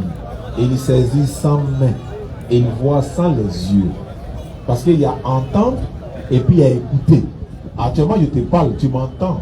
Tu peux m'entendre, mais tu ne m'écoutes pas. C'est deux choses différentes. Ça, c'est un. Deuxièmement, Allah nous parle de 3 manières. Allah dit dans le Coran. Tiens, vas-y le verset. Allons-y, vas-y frère. 52. Allons-y. Verset 51. Numéro combien? 51 comment? Donc les gens sont là. 37. Voilà, 37. Ashura. Il n'a pas été donné à un mortel qu'Allah lui parle autrement que par révélation ou derrière un voile ou qu'il lui envoie un messager ange qui révèle par sa permission. Voilà, c'est comme ça que tu comprends, non? Allah envoie un messager à son prophète où il parle derrière un voile, tel qu'à Moussa alayhi salam, Moïse, il parlait, Moïse l'entend mais il ne le voyait pas, voilà. Ou par révélation. Voilà. C'est-à-dire tu es là, et puis encore on était petit là. Il y a quelque chose qui me dit d'aller faire ça, il y a quelque chose qui me dit... Mais ça c'est pas parler, ouais, ça c'est pas parler. Mais ça c'est parler, on appelle ça révélation intérieure. La voix intérieure de la révélation. C'est-à-dire Dieu peut te parler intérieurement, personne n'entend.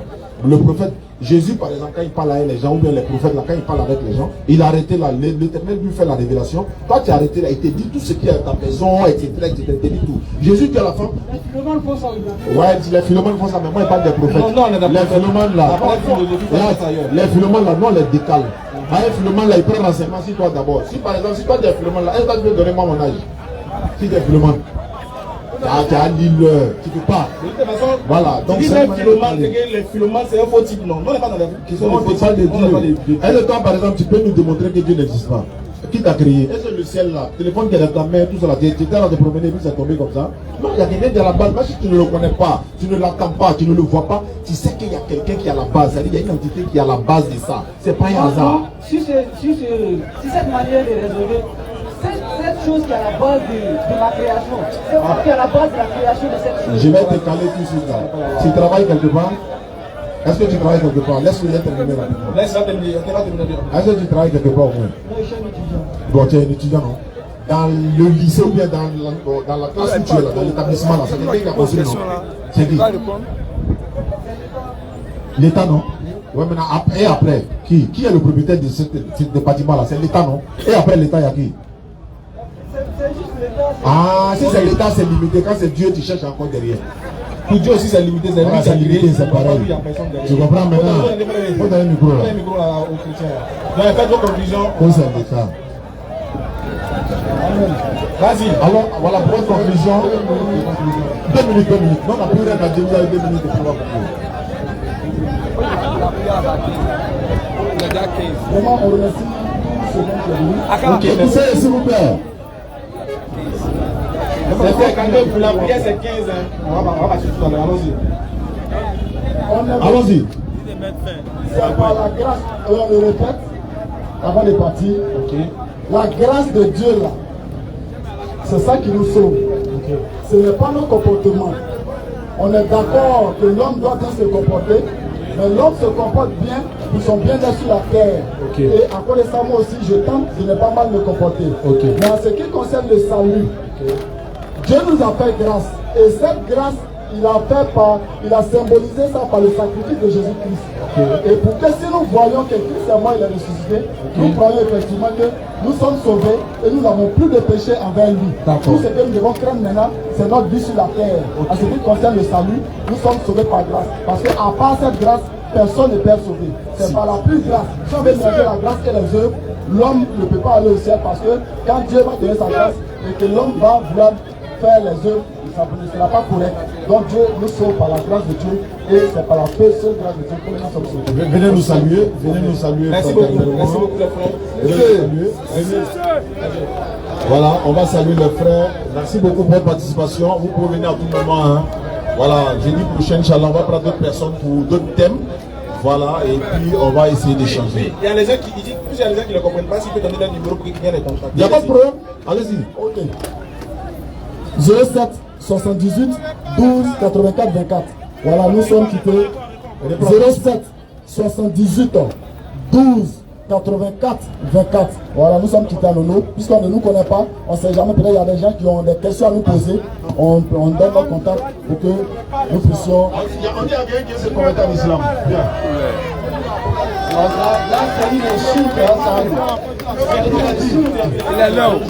On va lever les mains.